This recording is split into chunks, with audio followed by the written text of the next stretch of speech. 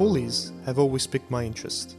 Ever since I was a child, hearing the story of Archimedes being able to pull a fully loaded wooden warship made me wonder how he did it. Today's video is on the pulley system and the physics behind it. A pulley is a wheel with a grooved rim around which a cord passes. The wheel acts as a pivot and changes the direction of a force applied. It can also be used to raise heavy weights. Pulleys come in many different types and forms. The simplest one is the J-hook. Even though it doesn't possess a wheel, it's still able to achieve the two main functions of a pulley, which are the changes in the direction of the applied force and the mechanical advantage. Still, in the real world, friction is a force that has to be considered, and the friction forces that act upon a J-hook are too intense to be negligible. The best way to understand how a pulley works is to obtain the law of motion of objects attached to the pulley. While this may seem an easy task at first, the problem is trickier than you may think.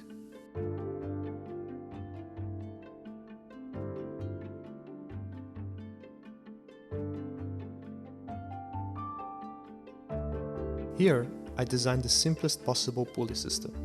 It has two blocks, a rope, and a pulley. Like explained in my previous video of dynamics, objects, described by classical physics, can be analyzed by using Newton's law of motion. If you missed the last video, I strongly recommend you check it out to better understand this one. We will start by drawing the frame of reference, which you can see listed in the top left.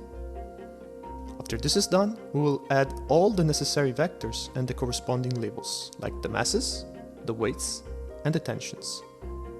Here the tensions are at a slight angle, but for our intent, consider them straight.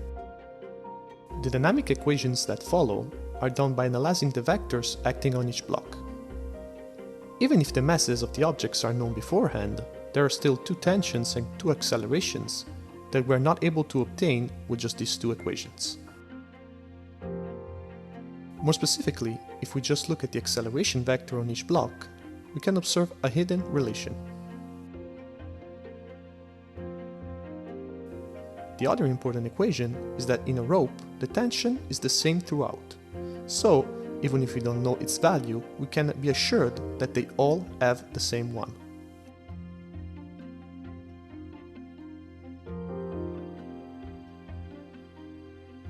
The four equations can be put together in order to express the acceleration in function of the masses of the objects.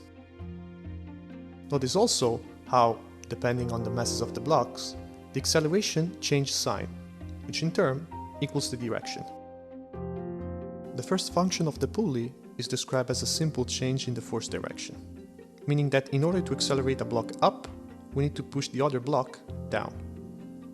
All we need to do to obtain the second function of the pulley is to flip the system of about 180 degrees. To give a better understanding, let's start by removing the weights and attach both ends of the rope on the ceiling. We can also add a block on the central pulley system.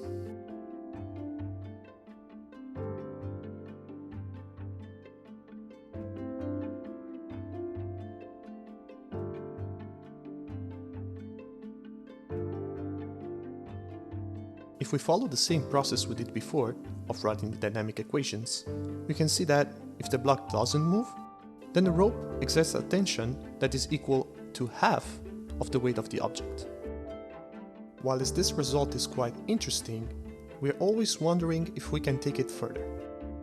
Let's now analyze a system that takes the two pulleys we just used and combines them together in order to generate a simple pulley system. To fully understand the dynamics of this system, let's draw all the relevant vectors and observe the movement that this one has. Notice also the lengths that each block travels.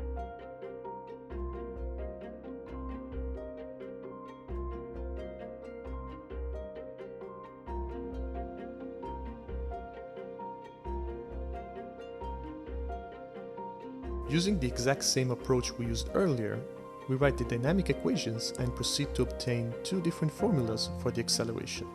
But how exactly are these two accelerations connected?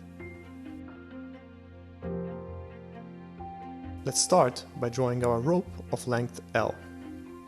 We can shape this rope into our desired form without changing its length.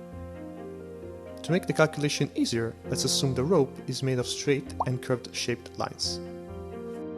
We can divide our rope into 3 different sections: a blue one of length d2, 2 yellow ones of length pi r1, and 2 red ones of length d1.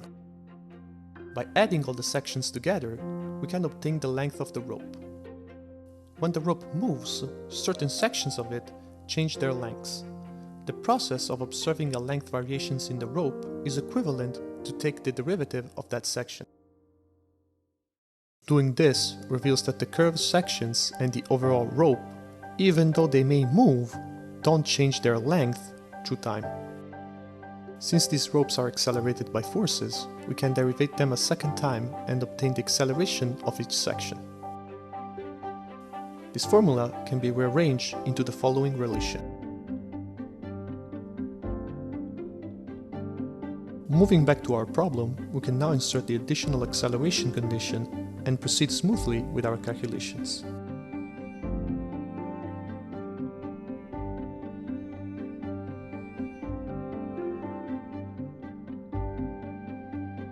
The 2 accelerations we get differ from the first ones due to the numbers placed in front of the masses. If you paid attention during the movement of the rope, you saw that one of the blocks moves way more than the other. Such phenomena is correlated to a physics principle called mechanical advantage. Mechanical advantage is the measure of a force amplification done by a tool. This amplification, though, comes at a cost, and this cost is determined by the space it travels. This exchange between force amplification and space travel is the result of the conservation of energy. More specifically, the quantity that is conserved is work.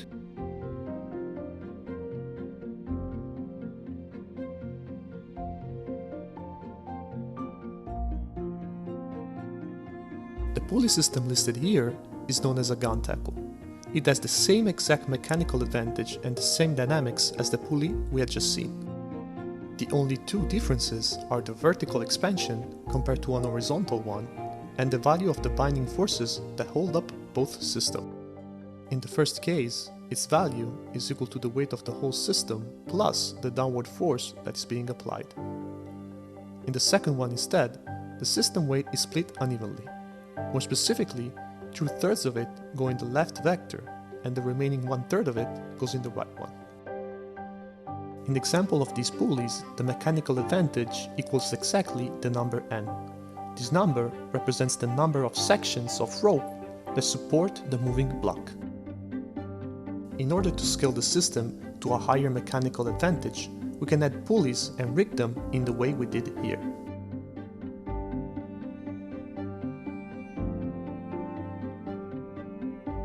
Let's see what happens if we create a pulley system with an n mechanical advantage.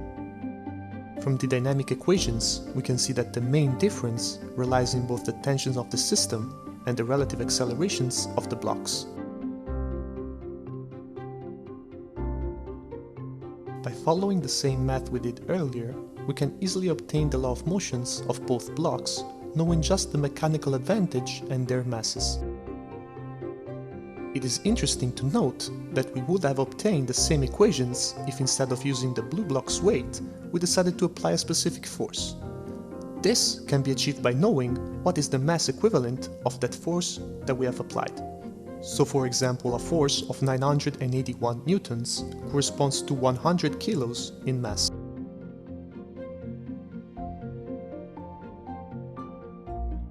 If you enjoyed the video, please consider subscribing. If you have any questions, feel free to leave them in a comment, and I'll get back to you. Also, if you have any topic you would like me to cover next, leave them in the comment as well. Have a nice day.